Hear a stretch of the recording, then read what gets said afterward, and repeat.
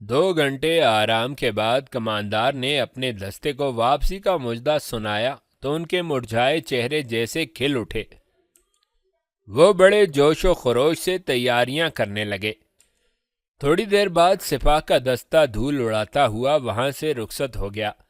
برکائی خان کو ایسے لگا جیسے اس کے کندھوں پر سے کوئی بڑا بوجھ اتر گیا ہو۔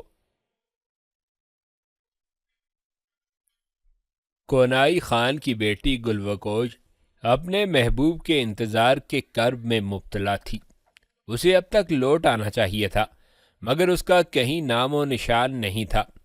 بے چینی و بیتابی کے عالم میں کئی مرتبہ اس کے قدم خود بخود اسی بالکونی کی جانب اٹھ جایا کرتے جہاں سے اسے کبھی متی الدین کی معصوم سی صورت دکھائی دیا کرتی تھی۔ ازکائی قبیلے کے سردار مانجی خان نے اس سے وعدہ کیا تھا کہ وہ سرخوں کی قید سے متی الدین کو ضرور رہا کرائے گا۔ وہ اچھی طرح جانتی تھی کہ وعدہ خلافی کرنا مانجی خان کے مزاج کے خلاف تھا۔ پھر ایسی کون سی بات تھی کہ متی الدین ابھی تک واپس نہیں لوٹا تھا؟ حالانکہ مانجی خان نے اس سے معاوضہ بھی پیشگی وصول کر لیا تھا۔ وہ انہی خیالوں میں کھوئی ہوئی تھی۔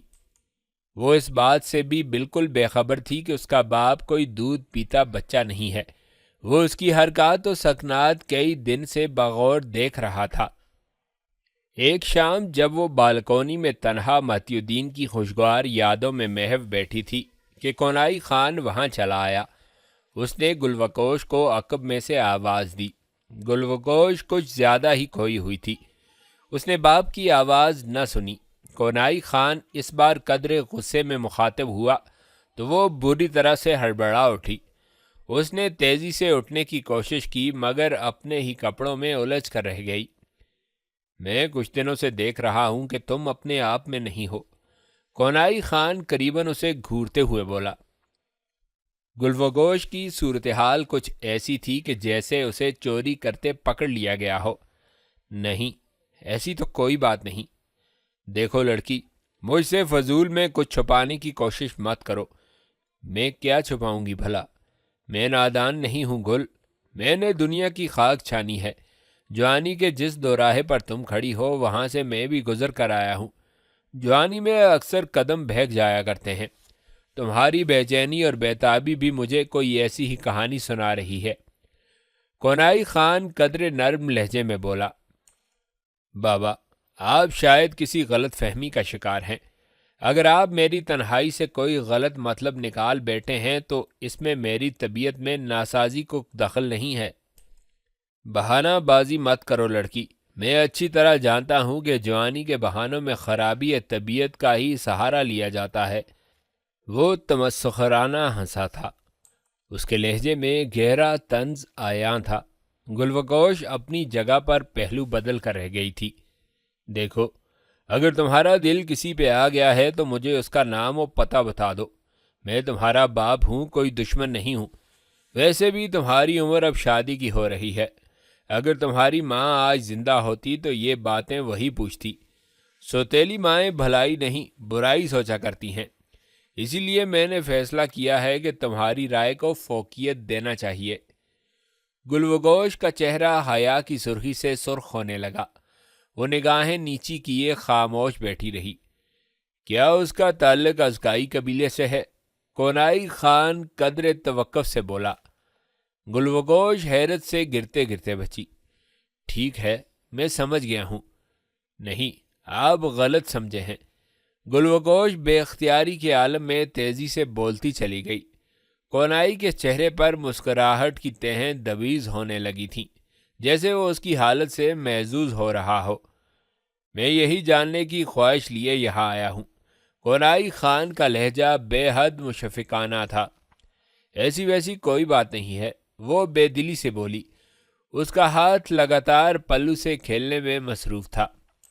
اس کے دل پر عجیب سی گدگدی طاری تھی۔ وہ اپنا مدعا بیان کرنا چاہتی تھی مگر اسے ہمت نہیں ہو رہی تھی۔ تو تم ازکائی قبیلے میں کیا کرنے گئی تھی؟ کونائی خان نے اس بار قدر سخت لہجے میں پوچھا۔ اس پیچیدہ سوال کے بارے میں گلوکوش کے پاس کوئی واضح جواب نہیں تھا۔ وہ اپنے ذہن میں لفظوں کو ترتیب دینے کی کوشش کرنے لگی۔ تم خاموش کیوں ہو؟ کونائی خان اس کی چپ پر جھنجھلا اٹھا۔ میرے پاس اس بات کا کوئی جواب نہیں ہے کہ میں ازکائی قبیلے میں کیوں گئی تھی۔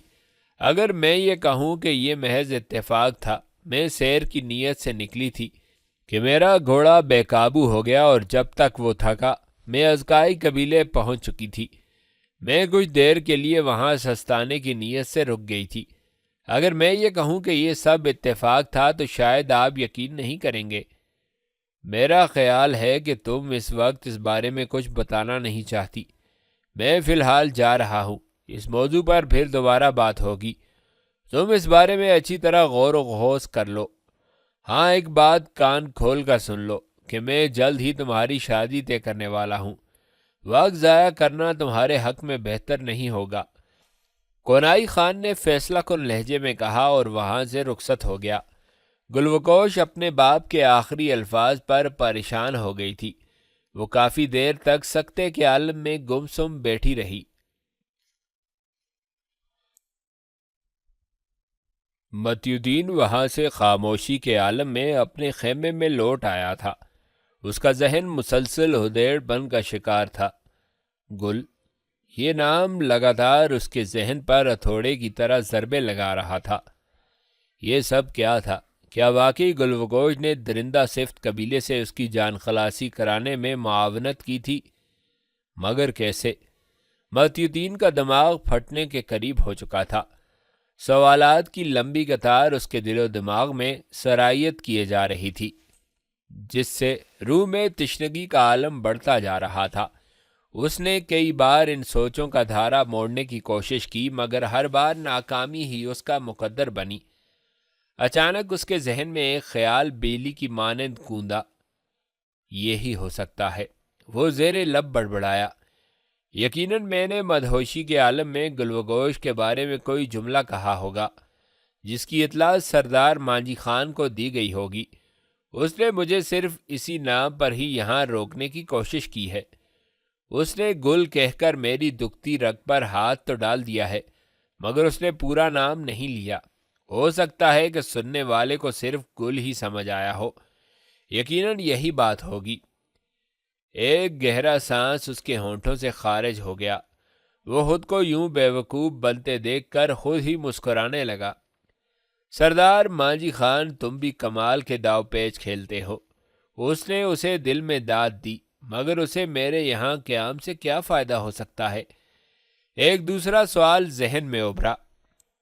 ممکن ہے کہ یہ اسی درندہ صفت قبیلے کی ہی کوئی کارستانی ہو۔ انہوں نے شاہی عتاب سے بچنے کے لیے ایسا کیا ہو، مگر شاہی عتاب ان پر کیسے نازل ہو سکتا ہے؟ میرے باپ کی اتنی حیثیت تو نہیں ہے کہ وہ شاہی دربار تک رسائی حاصل کر لے۔ باپ کے مشفقانہ چہرے کو تصور کے پردے پر دیکھ کر وہ بے چین سا ہو گیا تھا۔ جوان بیٹے کی گمشدگی نے اس کے باپ پر کیا اثر ڈالا ہوگا؟ وہ یہ محسوس کر کے تڑپ سا گیا۔ خیالوں کا ہجوم ایک بار پھر اس کے ذہن پر چھانے لگا۔ اچانک اسے برکائی خان کی یاد آ گئی۔ اس کا مہربان دوست اسے خیمے میں نہ پا کر کتنا پریشان ہو رہا ہوگا۔ جانے وہ اس کی تلاش میں کہاں کہاں بھٹک رہا ہوگا۔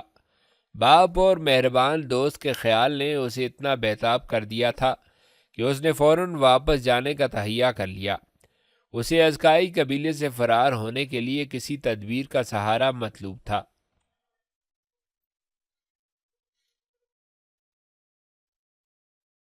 بیوس نے تیزی سے ادھر ادھر دیکھا۔ دبی دبی سی آوازیں آخری حصے میں موجود ایک چھوٹے سے کمرے سے آ رہی تھیں۔ وہ چپکے سے آگے بڑھا اور دروازے میں موجود چھوٹے سے سوراخ میں سے اندر جھانکنے لگا۔ اندر جو کوئی بھی تھا وہ اسے واضح طور پر دکھائی نہیں دیا۔ اس نے آوازوں پر غور کیا تو معلوم پڑا کہ ان میں سے ایک آواز اس کے ترک استاد اور آقا کے سب سے وفادار غلام ابو خویلد کی ہے۔ دوسری آواز کچھ انجانی سی لگی۔ اس نے بہت کوشش کی کہ آوازوں کا مفہوم سمجھ میں آ سکے، مگر اس کے پلے کچھ نہیں پڑ رہا تھا۔ البتہ ایک آدھ دفعہ نجم الدین ایوب کا نام لیا گیا تھا جو اس کی سماعت میں اتر گیا۔ اس نے لمحہ بھر میں فیصلہ کیا اور اندر کمرے میں چلا گیا۔ اندر موجود صاحبان چونک کر اس کی جانب دیکھنے لگے۔ شاید بیبرس کی آمد ان کی توقع کے خلاف تھی۔ بیبرس نے تیز نگاہوں سے ان کی جانب دیکھا۔ کمرے میں روشنی زیادہ نہیں تھی۔ دیوار پر آویزاں مشل کی روشنی ماحول کو مزید پراسرار بنائے ہوئے تھی۔ ایک چھوٹی سی لکڑی کی میز کے گرد 3 افراد بیٹھے ہوئے تھے۔ ان میں ابو خویلد کے علاوہ بہاؤالدین ظہیر اور ایک ناآشنا سا شخص تھا۔ وہ تینوں بیبرس کی صورت دیکھ کر حیرت کے عالم سے باہر نکل آئے۔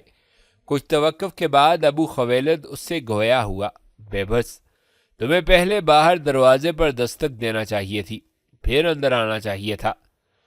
استاد محترم، میں اس کوتاہی کی معافی چاہتا ہوں۔ میں اپنے خیالوں میں مگن یہاں سے گزر رہا تھا کہ در و دیوار نے مجھے مخاطب کیا کہ یہاں کچھ گڑبڑ ہے، کوئی میرے آقا کے خلاف سازش کا تانا بانا تیار کر رہا ہے، اسی لیے بلا اجازت بے دھڑک اندر گھس آیا۔ بیبس، تمہارے انداز میں جارحیت کے ساتھ ساتھ بے ادبی بھی جھلک رہی ہے۔ تم یہ مت بھولو کہ تم نجم الدین ایوب کے معمولی سے غلام ہو۔ بہاؤالدین ظہیر اس کے انداز پر پھٹ پڑا۔ معزز امیر، میں آپ کی تہ دل سے عزت کرتا ہوں، مگر اپنے آقا کی حفاظت کرنا بھی میری ذمہ داری ہے۔ یاد رکھیے کہ جب تک میں زندہ ہوں ان کی ذات پر کوئی حرف نہیں آنے دوں گا۔ بہاؤالدین ظہیر نے کچھ بولنا چاہا تھا مگر ابو خویلد نے ہاتھ کے اشارے سے اسے منع کر دیا۔ بیبرس، یہاں آؤ، تم شاید ہماری گفتگو کا غلط مطلب لے رہے ہو۔ ابو خویلد نرمی سے بولا، یہاں نجم الدین ایوب کے بارے میں کسی قسم کی سازش کی منصوبہ بندی نہیں کی جا رہی، بلکہ ان کی نادیدہ مدد کے لیے صلاح و مشورے کیے جا رہے ہیں۔ مجھے خوشی ہے کہ تم بھی چلے آئے ہو۔ یقیناً ہم اکٹھے بیٹھ کر کوئی عمدہ لاہ عمل تیار کر سکتے ہیں۔ ابو خویلد کے چہرے پر چھائی ہوئی سچائی کی جھلک دیکھ کر وہ لمحہ بھر کے لیے خود کو مطمئن کرنے میں کامیاب ہو گیا تھا۔ بیبرس نے بھی آگے بڑھ کر ان کے برابر نشست سنبھال لی۔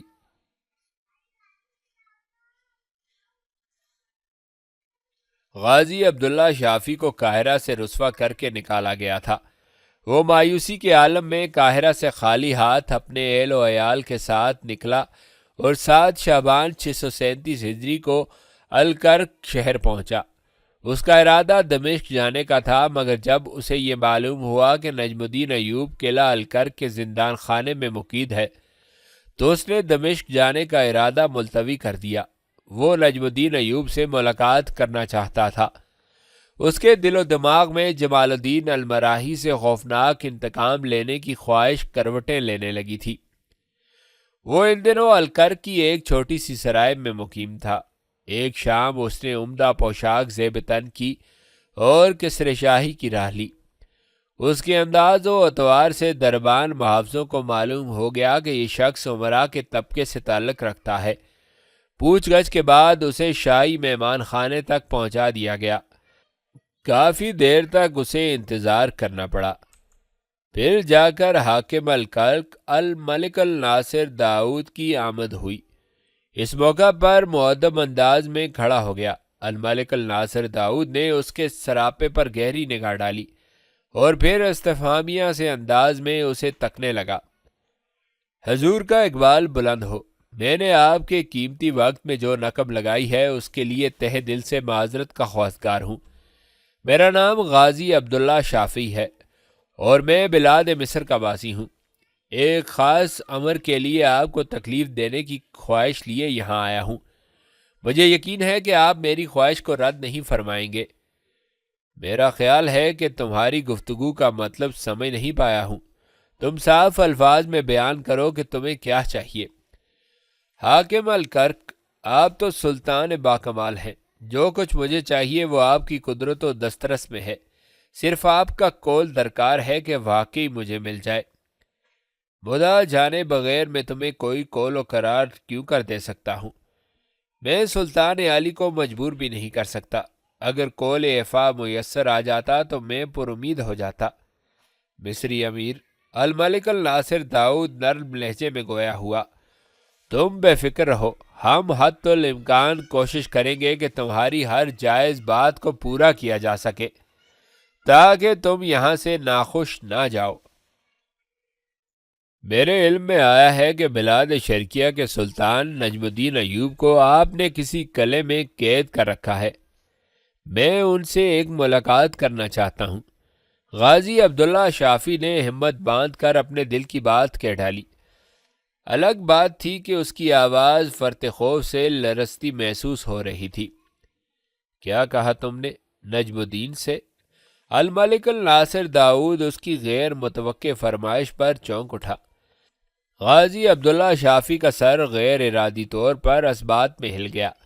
دوسرے لمحے جیسے اسے کچھ ہوش آیا تو وہ متوش نگاہوں سے سلطان کا چہرہ تکنے لگا۔ دوسری طرف الملک الناصر بھی کوئی ایسی بات سننے کے لیے پہلے سے تیار نہیں تھا، اس لیے ابھی تک اس کا چہرہ تصویر حیرت بنا ہوا تھا۔ مصری امیر، تم نے مجھے لمحہ بھر کو پریشان کر ڈالا ہے۔ باہر کیف، میں یہ جاننا چاہوں گا کہ تمہیں اس سے کیا کام ہے؟ میں ان کے ساتھ کچھ ضروری باتیں کرنا چاہتا ہوں، خصوصاً ان کے چھوٹے بھائی سیف الدین ابو بکر کے حوالے سے۔ کیا کوئی سرکاری پیغام وغیرہ ہے؟ نہیں، یہ سرکاری معاملہ نہیں بلکہ میری ان سے نجی ملاقات کہی جا سکتی ہے۔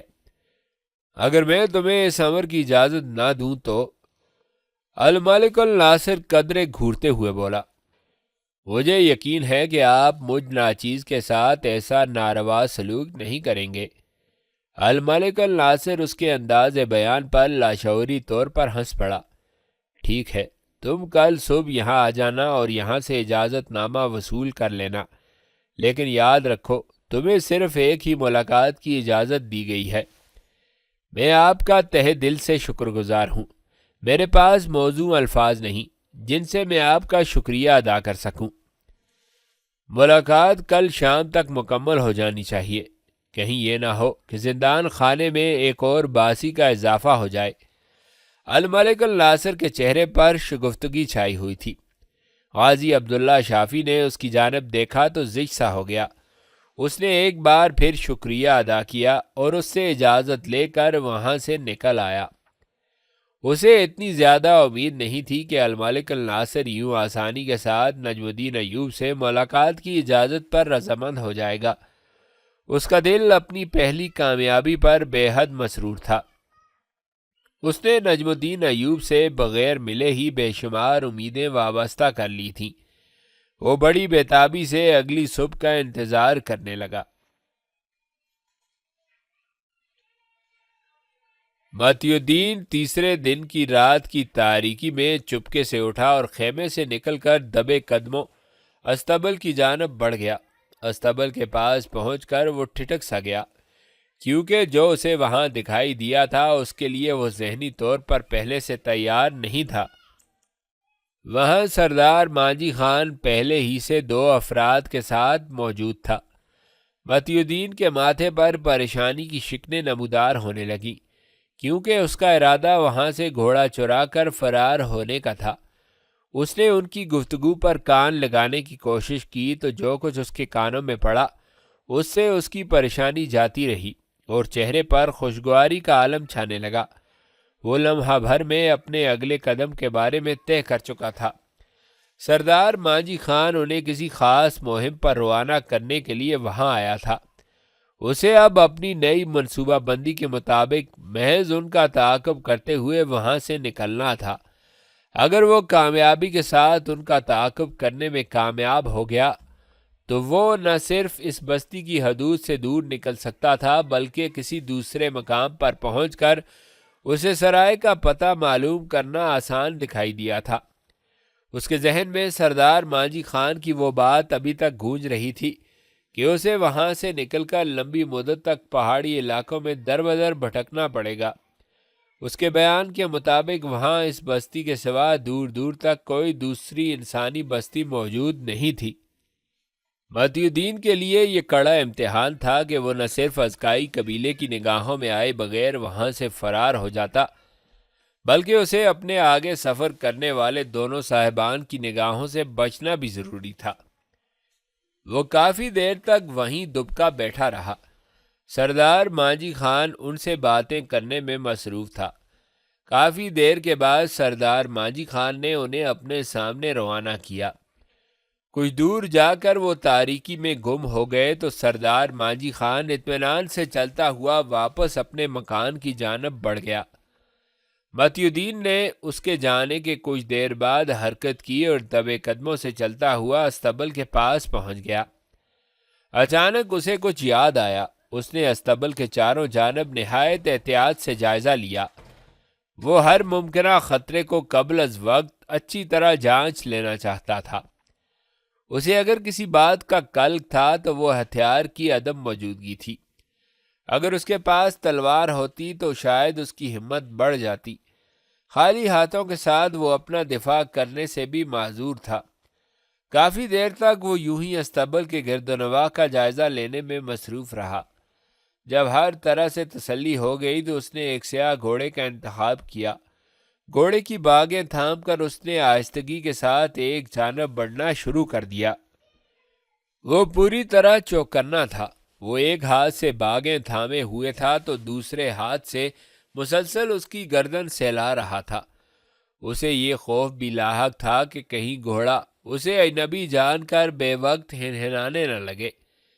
تقدیر اس کے ساتھ تھی۔ وہ خیریت کے ساتھ بستی سے باہر نکل آیا۔ اندھیری رات میں اسے کچھ سجائی نہیں دے رہا تھا، البتہ کہیں دور سے گھوڑوں کی ٹاپوں کی آواز اس کے کانوں تک پہنچ رہی تھی۔ یہ یقیناً وہی گھڑ سوار تھے جو کچھ دیر پہلے وہاں سے روانہ ہوئے تھے۔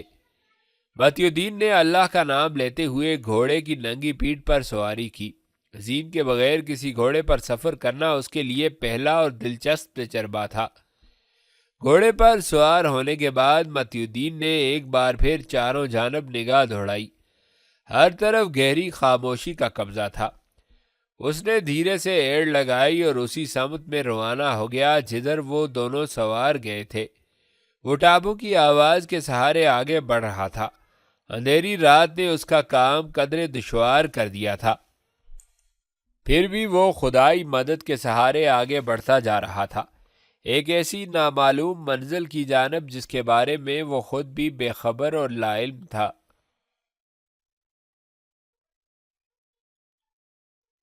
ہم سب یہ بات جانتے ہیں کہ نجم الدین ایوب بڑا راسخ الایمان اور بااصول شخص ہے۔ اسے کسی قسم کی بے ایمانی پسند نہیں۔ یہی وجہ ہے کہ وہ آج اس حال تک آن پہنچا ہے۔ امور جہاں بانی میں فہم و فراست کے ساتھ سیاست سے بھی کام لینا پڑتا ہے۔ میں یہ نہیں کہہ رہا کہ نجم الدین ایوب میں ایسی صلاحیت مفقود ہے، بلکہ میرے کہنے کا مطلب یہ ہے کہ کبھی کبھار اپنی حفاظت کے لیے غلط راہ کو اپنانا ضروری بلکہ مجبوری بن جاتا ہے۔ نجم الدین ایوب اپنی مخصوص تربیت کے باعث سچائی کی خاطر اس سودے پر کبھی آمادہ نہیں ہوتا۔ بہاؤالدین ظہیر نے کچھ لمحے توقف کے بعد اپنی بات شروع کی۔ بیبرس ان کے درمیان بیٹھ تو گیا تھا، مگر اسے ابھی یہ معلوم نہیں ہو پایا تھا کہ آخر اس مجلس کا مرکزی مقصد کیا ہے۔ اسے بہاؤالدین ظہیر کی باتوں سے اختلاف تو نہیں تھا، مگر غلط راہ پر چلانے کا مشورہ اسے پسند نہیں آیا تھا۔ تم کھل کر کہو بہاؤالدین، تمہارے خیال میں وہ کون سا راستہ ہے جس پر چلتے ہوئے ہم اپنے آقا کو اس مصیبت سے نکال پائیں گے؟ ابو خویلد نے پوچھا۔ میں اسی راہ کی تو بات کر رہا ہوں۔ اس راہ کا نام ہے دوہرا رویہ۔ تسنا اور بدی کا جواب صرف اور صرف بدی ہے۔ اگر آپ چاہتے ہیں کہ نجم الدین ایوب اپنا اقتدار واپس لینے میں کامیاب ہو جائے اور اس کے حریف اس کے سامنے گھٹنے ٹیک دیں تو اسے اسی راہ کو اپنانا ہوگا۔ یہ موجودہ وقت کی سب سے اہم ضرورت ہے۔ جو کچھ اس کے دل میں ہے وہ اس کے برخلاف عمل کرتا دکھائی دے۔ جس کو نیچا دکھانا ہو اس کے ساتھ دشمنی کے ساتھ ساتھ دوستانہ مراسم بھی بنا کر رکھے، اور وار اس وقت کرے جب وہ مکمل طور پر نرغے میں آ چکا ہو۔ دشمن کو آواز دے کر وار کرنے سے تو وہ خبردار ہو جاتا ہے، پھر کامیابی اسی کی ہوتی ہے جو عمدہ چالیں چلتا ہے۔ البتہ اگر دشمن کو یہ باور کرایا جائے کہ ہماری جانب سے تمہیں کوئی خطرہ نہیں تو وہ غافل ہو جاتا ہے۔ اس کو اپنی لپیٹ میں لینا آسان امر ہوتا ہے۔ کیا تم اس بات کی مزید وضاحت کر سکو گے؟ محفل میں موجود اجنبی شخص اچانک بولا۔ بالکل، اس کی تازہ مثال حاکم الکرک ہے۔ اس نے نابلس میں حتی الامکان جنگ سے گریز کیا اور یہ باور کرایا کہ وہ جنگ نہیں کرنا چاہتا۔ اگر وہ جنگ نہیں کرنا چاہتا تھا تو وہ میدان جنگ میں سپاہ کے ساتھ کیوں اترا تھا؟ وہ جنگ روایتی انداز میں لڑنے کے بجائے عقلی انداز میں لڑنے کا خواہشمند تھا۔ روایتی جنگ میں تو جو طاقتور ہوتا ہے وہ جیت جاتا ہے، عقلی جنگ میں طاقت کی ضرورت باقی نہیں رہتی، اور تم لوگوں نے یہ دیکھا کہ اس نے نجم الدین ایوب کو کسر سلطانی سے نکال کر زندان خانے میں پہنچا دیا۔ یہ ایک سیاسی حربہ ہے۔ اس نے بیچ کی راہ اپناتے ہوئے اپنا دورہ رویہ اختیار کرتے ہوئے اپنا اصل مقصد پا لیا۔ نجم الدین ایوب کو بھی اسی راہ پر چلنے کی اشد ضرورت ہے۔ معزز امیر، اگر میرے آقا بھی ایسا ہی عمل اختیار کریں گے تو ان میں اور ان کے حریفوں میں کیا فرق باقی رہ جائے گا؟ بیبرس ناگواری سے بولا۔ اس کا چہرہ خاصا بھرم دکھائی دے رہا تھا۔ اقتدار میں فرق نام کی کوئی چیز نہیں ہوتی، اصل اہمیت نیت کی ہے۔ اگر سلطان کی نیت صاف ہے اور وہ ایک ٹیڑھے معاملے کو موزوں طریقے سے سنوارنے میں ناکام رہ جاتا ہے تو یہ امر ضروری ہو جاتا ہے کہ اس ٹیڑھے معاملے کو اسی ترکیب سے حل کیا جائے جس کا وہ متقاضی ہے۔ اس کی مثال امام ابو حنیفہ سے دی جا سکتی ہے۔ جب ایک عیسائی مبلغ نے اپنے چند پیچیدہ سوالات سے عالم اسلام کے ذہین و فطین علماء و اسلاف کو پریشان کر ڈالا تو انہوں نے آگے بڑھ کر اسی کے انداز میں اسے لاجواب کرتے ہوئے دشمنان اسلام کا منہ ہمیشہ کے لیے بند کر ڈالا تھا۔ بیبرس اس کی بات سن کر خاموش تو ہو گیا، مگر اس کا دل بہاؤدین ظہیر کی باتوں سے مطمئن نہیں دکھائی دیتا تھا۔ ابو خویلد نے یہ بات سختی سے محسوس کی تھی۔ برہودار، ابو خویلد نے نرم لہجے میں بیبرس کو مخاطب کیا، میں کافی دیر سے دیکھ رہا ہوں کہ تم جذبات کی رو میں بہہ کر خود پر قابو نہیں رکھ پا رہے اور ہمارے خلوص پر پے در پے بدگمانی کا مظاہرہ کر رہے ہو۔ یہ صحیح طرز فکر نہیں ہے۔ تمہیں یہ ہمیشہ یاد رکھنا چاہیے کہ ہم سب اپنے آقا سے محبت کرنے والے لوگ ہیں، اور آج اگر یہ صعوبت زدہ زندگی گزار رہے ہیں تو یہ بھی انہی کی بدولت ہے۔ یہاں مل بیٹھ کر مشورہ کرنے کا مقصد صرف یہی ہے کہ کوئی ایسی راہ نکالی جائے کہ آقا واپس مصر پہنچ جائیں اور وہاں مدد حاصل کرتے ہوئے بلاد شرقیہ کی حکمرانی پر دوبارہ فائز ہو سکیں۔ ہم یہ بات بھی جانتے ہیں کہ مصر میں ہمارے کئی حریف موجود ہیں، ان سے نمٹنا اور عساکر مصر کی معاونت حاصل کرنا کافی دشوار کام ہے۔ ہمیں کوئی نہ کوئی راہ ضرور نکالنی ہے جس پر آقا کی دل آزاری بھی نہ ہو اور کام بھی پایہ تکمیل کو پہنچ جائے۔